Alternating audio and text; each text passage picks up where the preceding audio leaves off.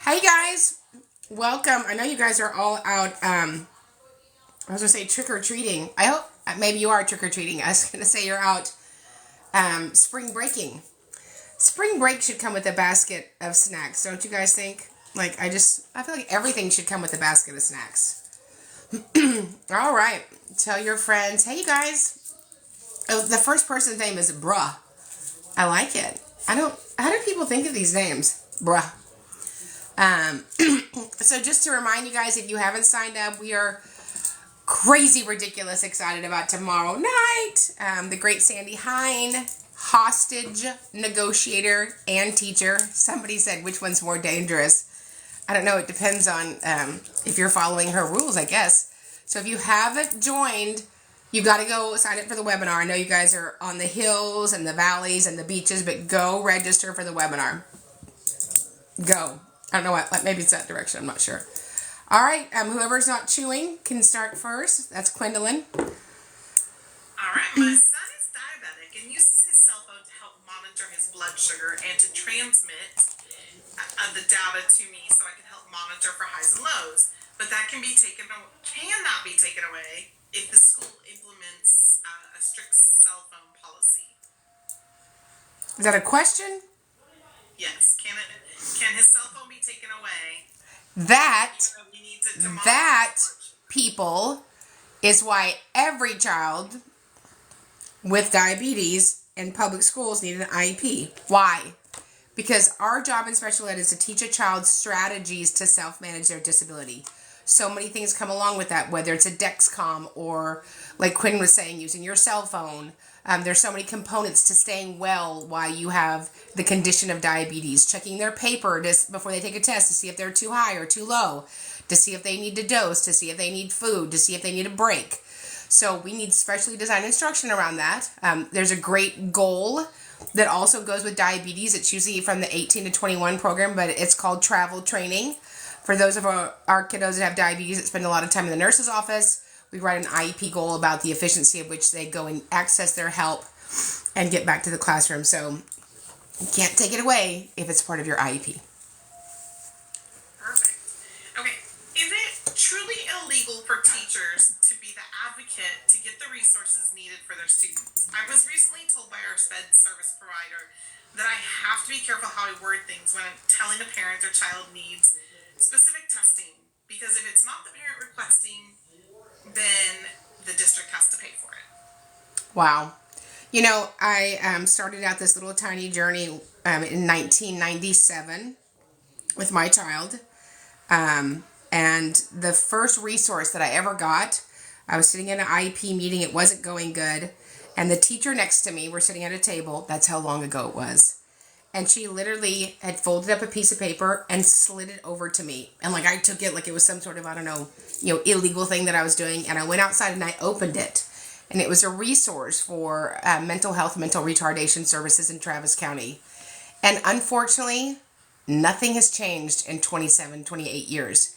We still have handicapped the teachers from being able to give those resources and the knowledge and the input and the wisdom that they have at meetings. And so I wouldn't imagine that it's untrue as it relates to admin telling them that. It's terrible because they're the ones that see the kiddos in the educational setting day in and day out. But that's our understanding from the teachers that we serve and train, that it really could jeopardize your job. Is it illegal? Of course it's not illegal. The law says that school districts and teachers who work at school districts are charged with identifying, locating, and evaluating children with disabilities. So it's legal to do what's right and ethical under your licensure.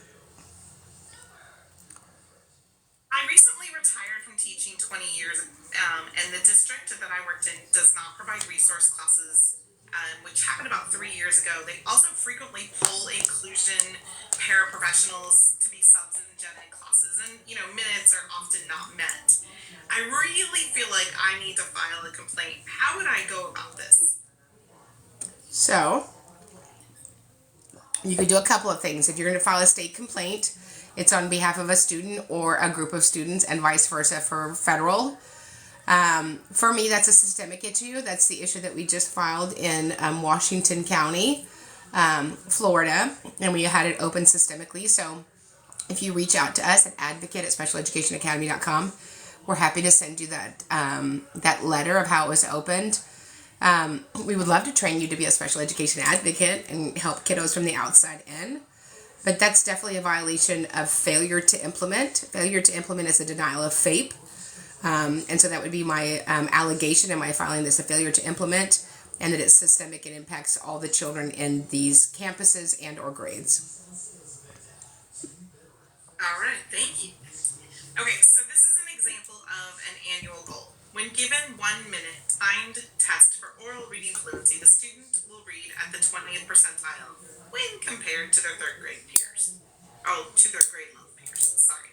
So does the student have to meet that goal 3 times for mastery, or do they read, if they're measuring the oral reading fluency, does it need to be met on a cold read, or can it be repeated reading? Oh, that goal, it makes me verklempt. It's a terrible, terrible goal, love. That a student will do something, anything at 20%, I'm going to say it's going to be a 2 thumbs down for me. So we want to have a baseline. What was the baseline? The baseline has to exist in the present levels of academic achievement and functional performance. Based on that baseline, we take in a couple of things into consideration, right? Rate of progress and expectancy. So if the kiddo is 6, or I guess about 8, how long did it take him to read at what level, right? And so 20% of what? There is DRA, GRA, Font Espinel, Raz Kids, Lexile, NM8. There's so many different reading levels. I would say a very linear thing that we can measure is WCPMs, words correct per minute. I would be taking data weekly. Probably the hardest thing that you can do is get a child to read faster, but I would never spend 36 instructional weeks to have a child do anything at 20%. But I think you got to find out what your baseline is, and then look at 2 different things. Is it independent reading level and or instructional? Okay. I don't know if I answered the question or if I just messed up the answer. No, I know there was a lot of little questions embedded. Yeah. That's fantastic. Thank you. Oh, look, I got an orange heart. That's so exciting. All right.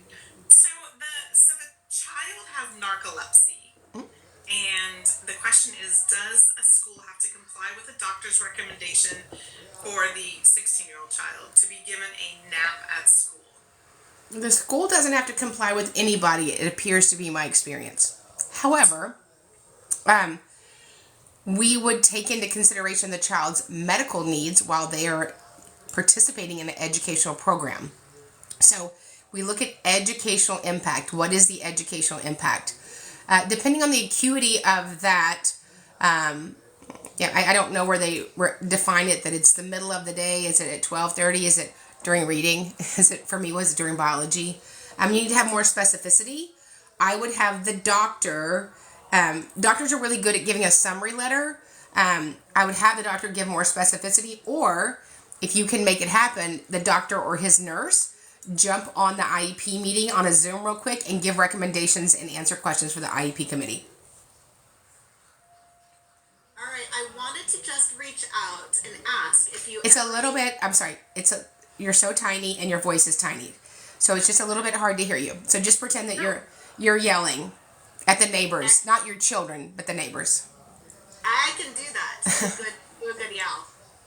All right, I just wanted to reach out and ask if you ever do individualized sessions to go over FPAs and IEPs with parents and answer their questions. Yeah, so I have blocks of time that you can buy. It's just on our website. So I have blocks of time that you can buy. It's just on our website. No. School districts don't provide eye therapy. They don't provide dialysis. They don't. Yeah, you have to remember, a public school has limitations, right? They're not a hospital. They're not a physician. They are a public school providing an educational product. While we have amazing advances in eye knowledge, eye technology, eye physicians, and myself and our partners have seen amazing things with kiddos that go privately and get therapies for tracking That's not something that we do in public schools. All right. Hi, I'm a first year SPED teacher, and I have some students who qualify for ESY. I really want to bring it up, but I'm worried that my school lead will turn it down. How would it be best for me to go about starting this conversation so I can get them ESY? So I would, come from a place of expectancy, right? We are expecting our kiddos to continue to hold the acquisition of skills that they acquired this school year. So we're really excited about our kiddos participating in ESY so that they can keep the gains that they've already acquired. All right, here's a star question. You ready? Yeah, I think so. How is it legal for the state of Texas to make all special education kids take the STAR test on grade level and then count towards the accountability rating? Even with accommodations, it's not modified to fit their specialized IEP. So a very long time ago, when my oldest son, who was in special ed and resource, he graduated 2013 when I was, 10. And they had the modified state test, which makes, let's say it together, sense. And now we just have the regular state test and the alternative test.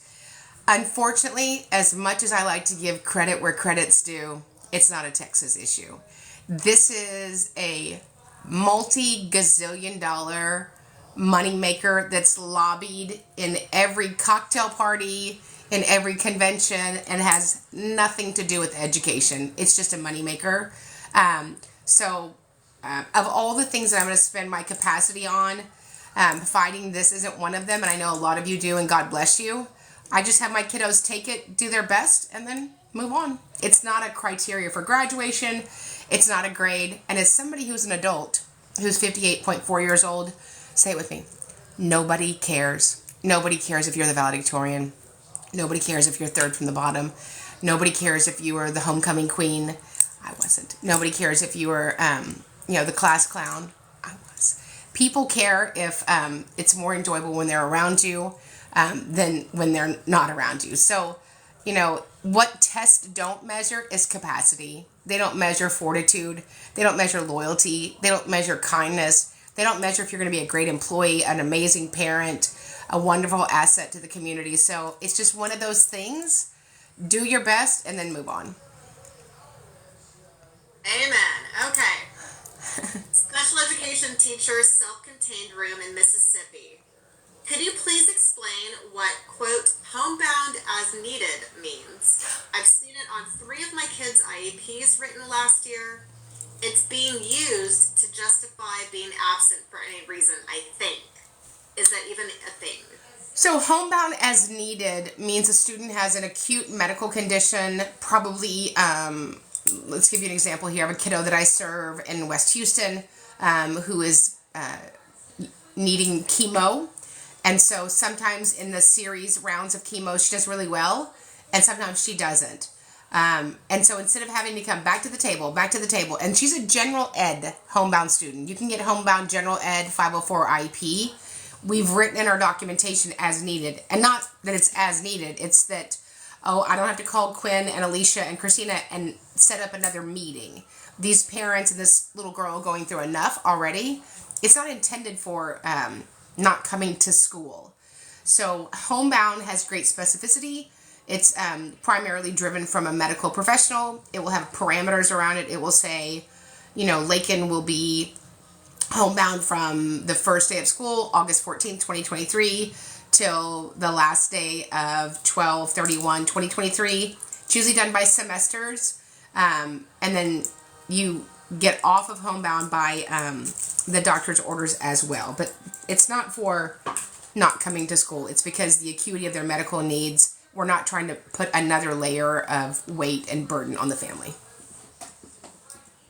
Okay, schools are refusing to amend an ETR to add an autism diagnosis because I guess the annual is not due for another year. What can I do?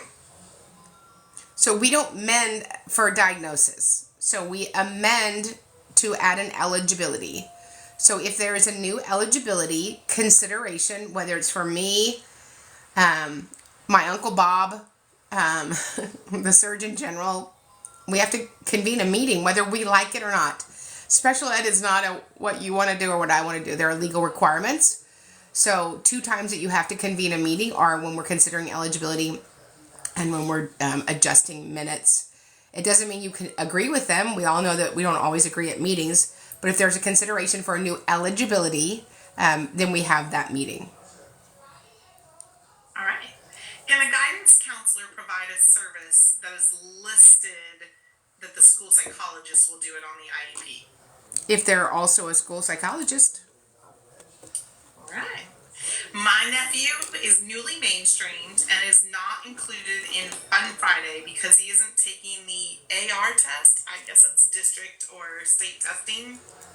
Is that legal?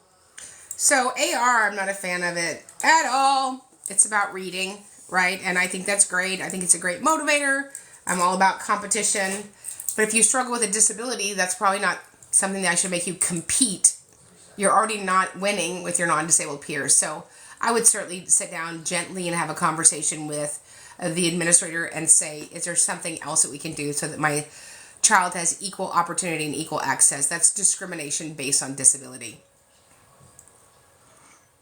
Okay. My district has told us to give IEP students unlimited retakes. Do you agree with this? No. Well, who would? Where in life do we get unlimited retakes? Like, if I don't pay my bills this month as a mortgage company, that's fine. Like, if Christina doesn't pay her car note, they're like, it's fine. Like, if you just go and, like, have a basket full of groceries and Quinn says, oh, my wallet, they're like, that's fine.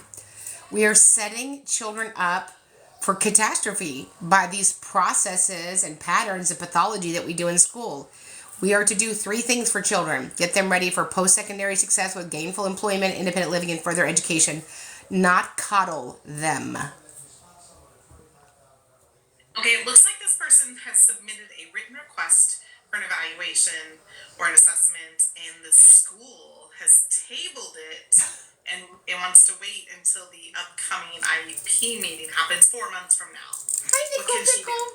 She can say that she's been vaccinated for tables. And there's no tabling. We're not at grandma's house for Thanksgiving. We don't table a request.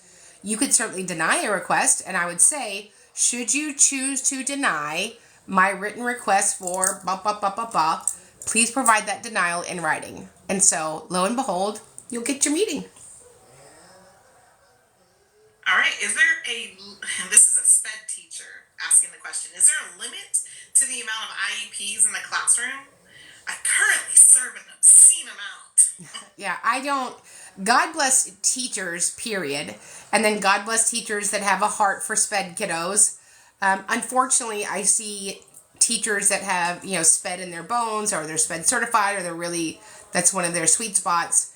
Then we put a very high number of kiddos with IEPs in their room. That's unfortunate.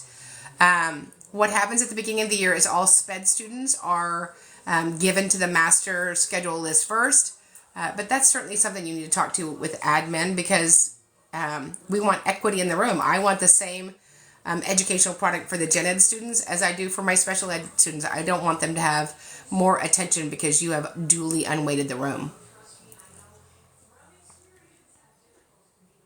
Okay. My child has motor apraxia, gross and fine motor delay.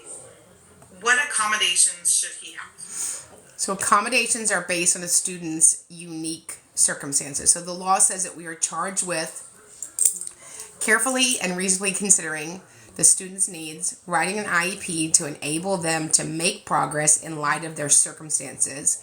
Andrew F., March 22nd, 2017. So because I don't know your child's unique circumstances, I certainly know the medical condition or the disability, I wouldn't be able to give you an answer for that. But remember, accommodations are on top of IEPs, right? So we write an IEP, an individualized education goal, that we're going to work on a deficit. The accommodation is needed because we know without that accommodation that we wouldn't be able to implement the IEP goal. Okay. Does the school need to provide an ASL interpreter for a student who is vocal but uses cochlear? If the student meets eligibility for deaf and hard of hearing, and that is their modality, we have to provide them an interpreter. Never listen to the student doesn't need an interpreter because they have they're really good at lip reading. That was something I heard one time. But yes. Did I say yes? Yeah.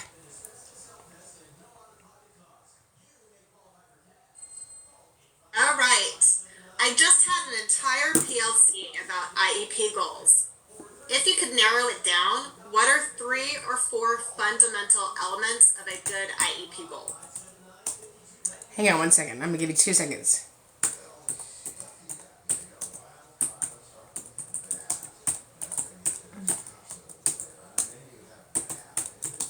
This is what happens when you type with one finger. Okay, tell me the question again, Christina. All right. So we just had an entire PLC about IEP goals. If you could narrow it down, what are 3 or 4 fundamental elements of a really good IEP goal? Yeah, so I think an IEP goal needs to have 3 things. Where are you? Where do you expect the child to end up? And what are you going to do to facilitate that, right? So I need to have some language or knowledge about what my baseline is. I need to have minimum after direct and explicit instruction. That's going to be delivered by the special educator and the co-implementers on the IEP goal. And what is the expected outcome after I deliver that specially designed instruction? Excellent. My daughter has ADD. She's on medication. And this will be an annual ARC meeting. However, the goals and interventions are not geared towards helping the actual behavior. I've sought out a behavioral therapist she will do therapy with, and the school district does not have any behavioral therapist assist in the district.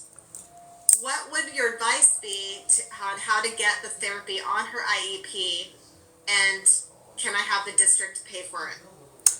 So, behavioral therapy is not a requirement under IDEA. Special education is, right?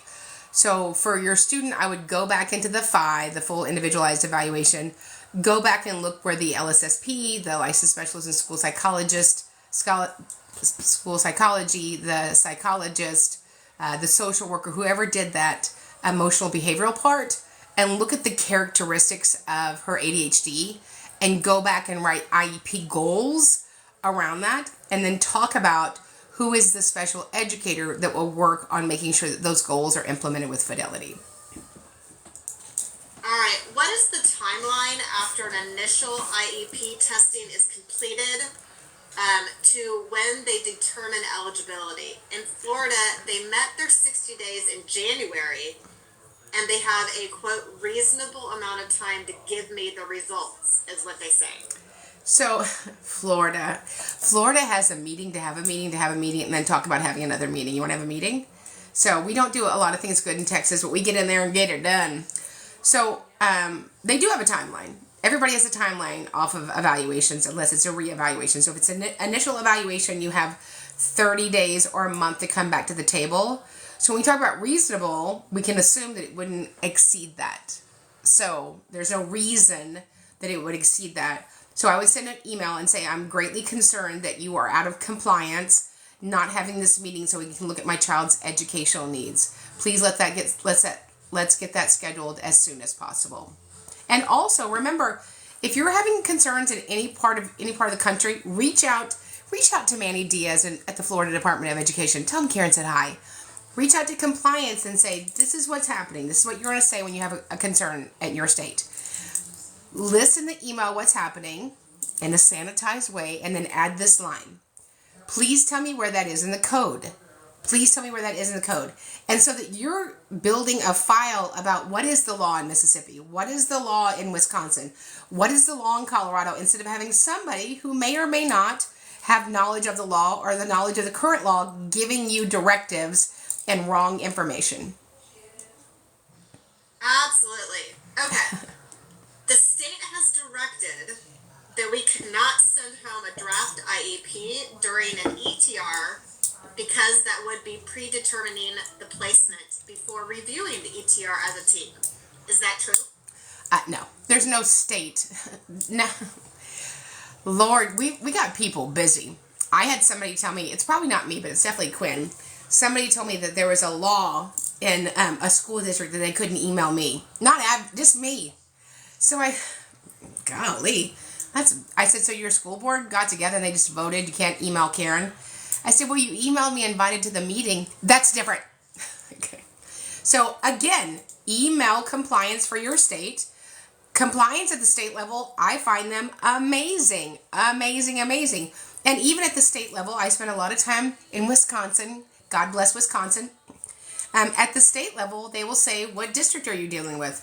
And they will actually be able to pull up their own school board rules to see if there's an additional rule outside of the state regulations. But if it doesn't sound right, it's not right. Well, have you ever heard of schools contacting CPS when parents hire an advocate or parents push to get things done for a student? 3 minutes before I got on the on this TikTok, absolutely. It's what schools do. It was actually how I became an advocate in October of 1997. I was a recipient of that ridiculousness. And then it happened again 4 months later. And then I was like, I gotta do something about this. I think that CPS is a wonderful mechanism when used appropriately, not to hurt people. But, you certainly can't stop somebody from doing that. What is your opinion on specialized private schools designed for ADHD only students? What's my opinion? My opinion is if you have those funds, if it fits into your life, and that's what is best for your family, then you should do that. However, I find that private schools, while they are good, we have some really good private schools in Houston. We have Monarch, we have Tuttle, we have the Parish School, we have Briarwood. They each have specificity. And so I had a young man finish Briarwood, and they did great for his behavior, but he actually regressed academically because the intention of that school was just his behavior, right? So if you have a school that their intention is ADHD, that's great. And I don't know whether it would or wouldn't happen. But I will stand on that there is no better setting for kids with disabilities in America than public schools when we get it right. And we get it right almost all the times. There are times that we don't get it right. But as somebody who's in a city of 7.5 million people, we don't have private schools where I'm just saying, you should go there. You should spend $67,000 and drive 4 times a day to a private school. That's not a recommendation that I give my clients. Perfect. Is there somewhere I can get all this information that you are sharing in writing? Yes, and when you get that, will you send me a copy? Somebody asked me the other day, they're in a mastermind. We do masterminds for people that want to be full-time advocates. She goes, can you streamline everything you're saying? I said, I don't know, but when you do, can I buy you a copy? So I've done this for a very long time. It's what I do, 60, 70 hours a week. And so it's just sort of like, writing with my right hand. Certainly you can avail yourself of Special Education Academy YouTube. We have great trainings there. All of this content goes up there. That's free. You can watch it in longer clips. Certainly join the Academy. It's a $47 investment for 4 hours at minimum of training every month. We have hundreds of hours of training from the last 3 years that are archived in series. And just remember, learning, even this, you learn by repetition. And we want to give you all the tricks, tips, and tactical maneuvers that we use for successful student outcomes. So, Karen, there's a couple people asking, where can I email these questions to? Yeah. If they're not putting them in the chat, but longer questions, where can I email? Yeah, advocate@specialeducationacademy.com. Perfect. How much time do I give the school to get back to me after the 60 days have come and passed for the evaluation? 1 day. 1 day. This waiting, we're not marinating a brisket. We're not making a bottle of wine. This is your child. So And while some people don't like my response, I'm completely fine with it. If your child was running 102 fever, would you just wait? And I would challenge you to not wait for your kids. They're not going to get time back. When you miss a month or 2 months, Betty in the front office is not going to call you and go, Christina, listen, I'm sorry that we missed that month. We're going to give you an extra month in the summer. No, your kids just lose. So this is the time to be the squeaky wheel. You are a guardian, a grandparent, an aunt, an uncle raising this child, a parent. You are the voice for your child. Stand up, and squeaky wheel gets the oil. And so if that's what we're supposed to be, I think as people that are shepherding children, I think we're supposed to be the squeaky wheel. So get to squeaking. Perfect. Well, I think this might be my favorite question so far. Okay. If a child is eligible for special education, can the SPED director say that he can only come half day because the class is too full? Oh, you know what? Special people can say whatever they want. My team members and myself, like if we just had a book of stuff that people say, we would just, no, they can't say that. You are required to give them the full instructional day. All right. I have an upcoming ARG with an advocate for the first time. As a teacher, what's the best way to handle this meeting? The same way you would handle any meeting. I want you to reframe when a parent brings an advocate. If you were selling your house, you'd probably get a realtor. If you were investing in the stock market, you'd probably get a broker. If you were getting a new transmission, you'd probably get a transmission specialist. Why is it that it's so weird that a parent is bringing somebody to walk them through this process? So I would just go in there and say, I'm so glad to see you, Miss Cunningham, Miss Smith, Miss Jones, whoever that is. We look forward to working together. I would email them and say, are there any questions I can answer ahead of time? And we look forward to an efficient meeting. Remember, every meeting is about one thing. Not me, not you, not them. It's about the child with a disability. And when we say student-centered, we're going to mitigate some of those other things. People behave and speak and talk in a way that hurts other people's feelings, sometimes purposefully, sometimes not, because they're focused on what they're doing. But I do believe most people at the meeting are student-centered. All right. I am a special education teacher, pre-K, and I'm still learning. And I was wondering if there's a list of the things that the school is responsible for testing. An example is for my own child. I believe she may be dyslexic, but the school says they don't test for that. We have a very new SPED teacher with new admin, so they may not be aware. And I would love to be able to provide a list for them. Yeah, so here's your list. So an initial evaluation, an FIIE, a full initial individualized evaluation, should cover all 8 areas. Other evaluations you can do just needed areas, but let's talk about those areas. Number 1, a speech and language evaluation to include pragmatic. Number 2, sociological. Number 3, medical physical. Number 4, cognition and all 7 Gs. Number 5, adaptive behavior. Number 6, formal achievement to include reading, writing, math, additionally oral expression and listening comprehension. Number 7, a full psychological evaluation, because everybody has emotions and behaviors, and we want a great baseline for that. And then number 8, all related and instructional services that would be appropriate to your child's suspected disability. All right. I have a school division refusing to provide special education transportation for my child, even though it is in her IEP. What should I do? I would ask when the private car will be here to pick him up. So transportation is a related service under IDEA. Should you choose to deny implementing the IEP, that's the same thing as denying them special education. So it's a related service, and they're denying the IEP and the conformity that you agreed upon it, and it's a denial of FAPE. My son is on an IEP, 5th grade, on a 1st grade reading level. We want to hold him back, but the school district says we can't. Can they just tell us no?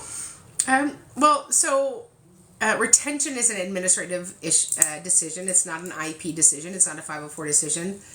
There's much academia both ways about retention. I have my child was retained in kindergarten.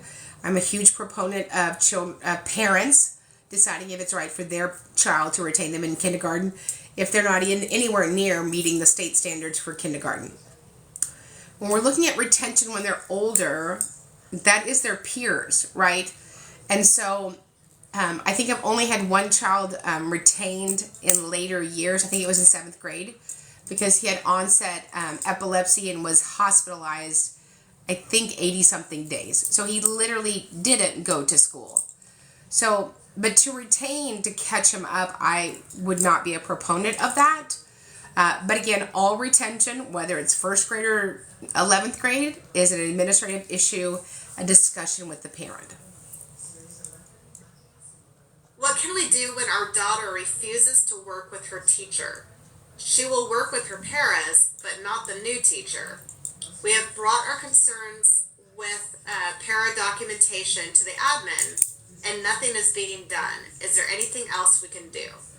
So when it comes to staffing, IDEAs and state statutes are very clear that that's not part of an IEP or a 504. Certainly you can just share your concerns. I'm all about running it all the way up the flagpole. I'm all about a press conference. If it's impacting my child's ability to learn, I'm going to exercise as much as I can in the district. My administrative options, exhaust them. So you have the principal of the school, and then you have probably a superintendent that's over principals. You have an assistant superintendent that's probably over education. I would just keep knocking on doors till I got that resolved. All right, can a school refuse to do additional testing if a student is chronically truant? The young child has a robust IEP with multiple related services, one-to-one pull-out in reading and math, as well as push-in in gen ed classroom. It's been less than 1 year since the initial IEP. Parents simply don't send the child to school more than 2 or 3 days a week and then demand more services due to lack of progress. Yeah. We're only required to implement the IEP if you make the student available. That's certainly on the parent. All right.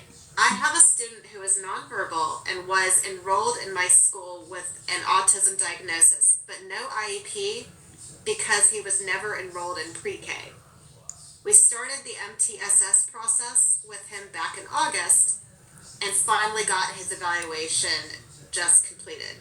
I filled out my portion of the eval 4 weeks ago, but we still haven't held an eligibility meeting or an IEP meeting because we are, quote, we are waiting on the school psych as my district is short-staffed short-staffed in the school psychs. Is that legal? Can they continue to push the eval and the meeting off because we just don't have enough psychologists? So I would ask them to bring in somebody privately. You're denying my child access to an appropriate education and addressing his special education needs. All right. What kind of data is needed to show that an AAC device is needed? What kind of data? Yes. So the data is the student has a profound speech impairment. So augmentative alternative communication is an amazing way to access a child's ability to communicate. The biggest gap that we see in special education has always been your ability to connect and communicate with peers and adults. So you simply ask for and request an AT evaluation in communication, an AT evaluation in communication. And then when that comes back, you can make decisions on that. Now, I recently got an AT evaluation. I won't tell you where it was, Florida. It was 2 pages long. I'm like, are you trying to irritate me? Because you did. And that's a lie. The last page was the signature page. And she literally came into the school and sat down and talked to the teacher. I didn't ask for a sit down and talk to the teacher evaluation. What a waste of taxpayer dollars. So you want to make sure that your AT evaluation in communication, or your AT evaluation for vision, or your AT evaluation for written expression is built on the SET model. And we have a series in Special Education Academy you can go watch about AT. But we know from the Assistive Technology Act of 1998 from Congress that assistive technology changes the lives of individuals with disabilities in America. And so they are required to have access, and that education entity or that employer is to provide those. So I wouldn't move off of that. And we have Christina Cabral is what our AT phenom. And so please reach out to us. We also have, if you go to Special Education Academy, we just did an amazing interview with Dr. Deanna Linick. We have interviews with the wonderful Sarah Loving. They're amazing resources. Go to assistiveware.com, but don't back off of getting that for your kiddo. Those are great resources. Thanks. Yes. Is a gen ed classroom synonymous with the least restrictive environment? No, there's no synonymous. So LRE is not general ed. Oh my gosh, did I just say that? LRE is LRE. LRE is not a location. It's a consideration. So least restrictive environment says that we're required to educate students to the maximum extent possible with their non-disabled peers with support, supplementary aids, and services and other things. When it's possible. It's not always possible. We have lots of kiddos that we serve that from 3 to 22 will never be in gen ed. I am going to say it louder. Woo! So if I hear one more meeting of somebody going, I just want to get him back to general ed. Do you? Do you want to do that? So we educate the student based upon their unique circumstances. We don't educate them in general ed. Years ago, I couldn't get a child included in general ed. And now, the resource, like my natural hair color, has evaporated. I can't find it. It doesn't exist. So, least restrictive environment says we've done the document, right? We've done present levels. We've done IEP goals. We've done accommodations. And now we're going to talk about a committee, as a committee, and look at all of these things. Where's the best place for him to have history? Where's the best place for him to have science? Where's the best place for him to have lunch? Where's the best place for him to have transportation? Where's the best place for him to have reading? And we walk through those components. But LRE is not general ed. And you have to say it like that. Ed. It's 2 D's. Like that first name, Ed. Does he have 2 D's? Or is it This one. what? The second D is silent. The second D is silent. Okay, so I have a lovely SPED teacher that's asking, do you say something when your team doesn't agree on the disability? So I think she's asking, how can you politely disagree with the team when you are part of the team? Yeah, so I would say I disagree with your evaluation, your data summary and conclusion. Disagreeing is part of the human experience. So when my daughter and son-in-law and grandchild come here, nobody politely says, we don't want Mexican food. We don't want it. What is this? The point of you being part of a team is so that we have everybody's purview and can make better informed decisions. Otherwise, we can just send out an email. So I would just say, I'm not being disrespectful. I don't have to say I respectfully. I would just say, Quinn, I disagree with your section of the evaluation and its conclusion. That's it. We have to stop being so delicate. I mean, can we get a spray for that? I would like to order a full bottle of D-Delicate. I disagreed once and was asked, are you going to be able to drink the Kool-Aid? Yeah, and I don't drink Kool-Aid because that messes up my lipstick, so I'm not doing that. And we know that Quinn was not able to drink the Kool-Aid. I did not drink the Kool-Aid. Okay, what can we do about a child on an IEP that refuses to go in the classroom or the research room or to do anything? So you need to come back to the table and have an IEP meeting and talk about different supports for that student. Alicia just did something. She said rapid fire, and then she put all these faces. I didn't even know were emoji options. So you have to emoji. Oh, look, I was like, somebody else said it, but it's Alicia again. She's very fast, Alicia. So it's rapid fire time. Remember that we're all going to see you guys at the Academy, which is at 8 p.m. Central. If you want to join the Academy, you can get 2 weeks for free. You go to Special Education Academy. You go to the thing of the deal. And you click on the thing of the deal. I don't know. I've never joined the Academy, but I hear it's really, really good. Alicia, do you want to tell us how to join the Academy? You should let the professional handle it. I literally... That was bad. But you know what? I'm not a member of the Academy. And I want... Not any Academy. Not the Oscars. I would like to thank the Academy, but I would like to thank the Academy. You should thank the Academy. So what you're going to do is you're going to go to www.specialeducationacademy.com. You're going to click on the training tab where you will see where you can register for both of our upcoming webinars. And then you're going to scroll past those and you'll see the Academy. You're going to click on that. You're going to put in all your information, yes, including your credit card information, but right under where you set up your password, you're going to type in a coupon code. That coupon code is all caps TikTok Live. That's T as in Timothy, I as in Indigo, K as in Karen, T as in Timothy, O as in Oliver, I apologize, K as in Karen, L as in Levi, I as in Indigo, V as in Victory, E as in Elephant, all caps TikTok Live.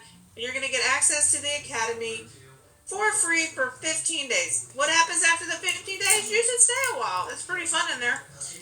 You'll get access to 300 hours of previous training for $47 a month. But if you don't want to stay, because you're kind of lame, so you're just going to cancel your membership at any time.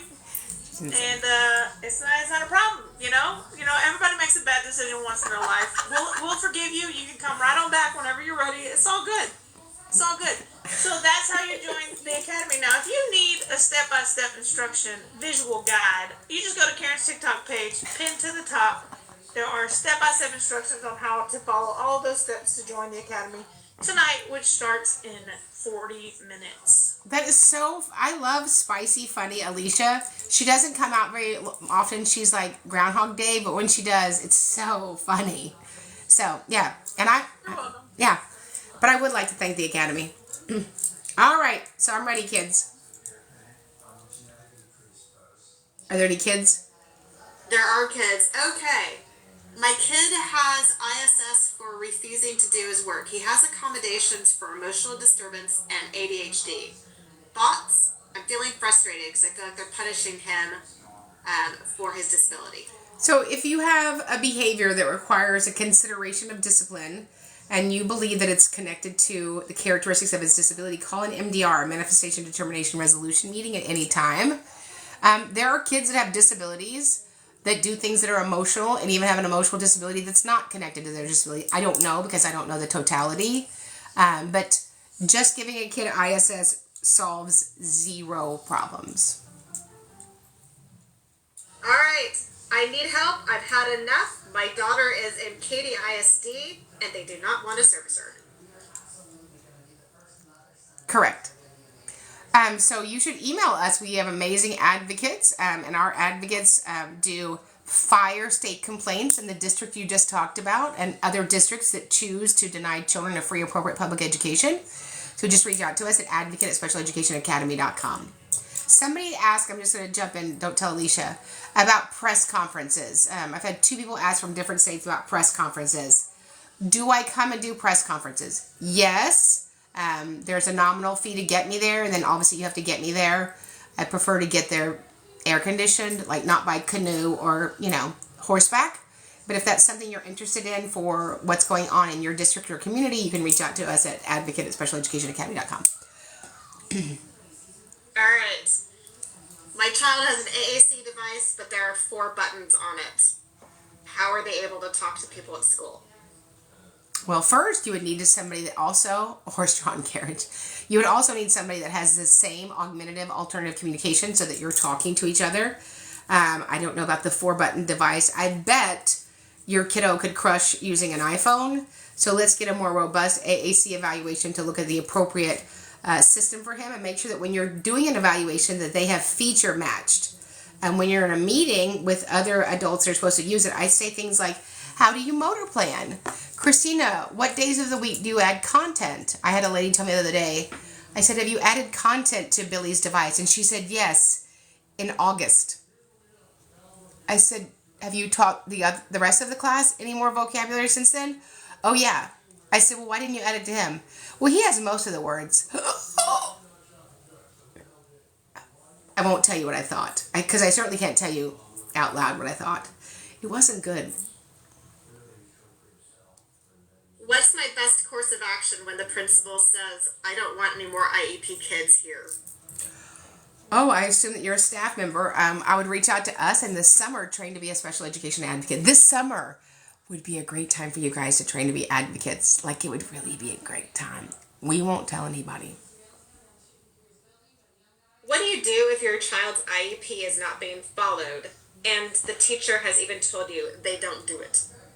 I would file a state or federal complaint. And we have trainings on that in the academy. When should we get a PWN?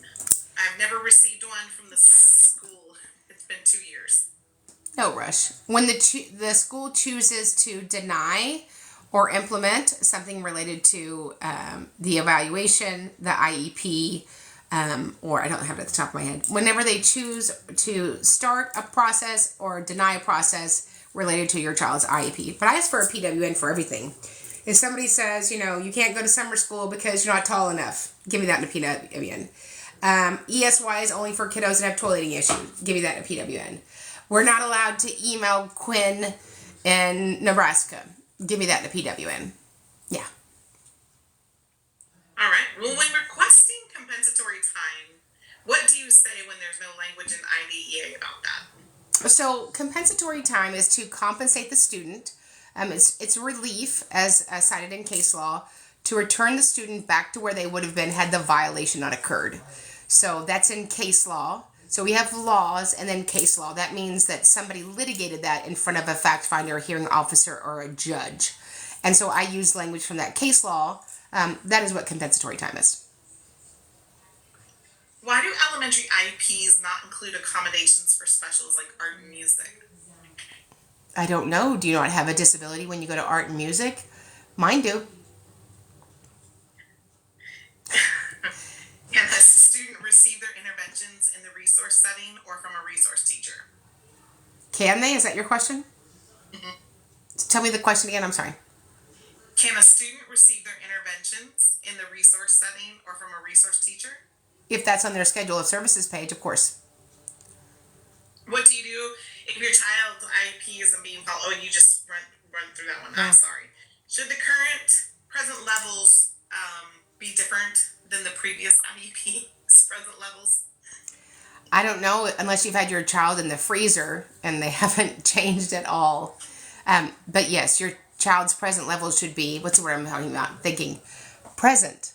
So what's going on academically? What's going on during transition? What's going on during recess and PE and lunch and on the bus and with their related service and their communication? And yeah, they should be different. Silly. Can you address how many years behind a student must be before they're allowed to be tested or evaluated? None. The law says nothing about being behind.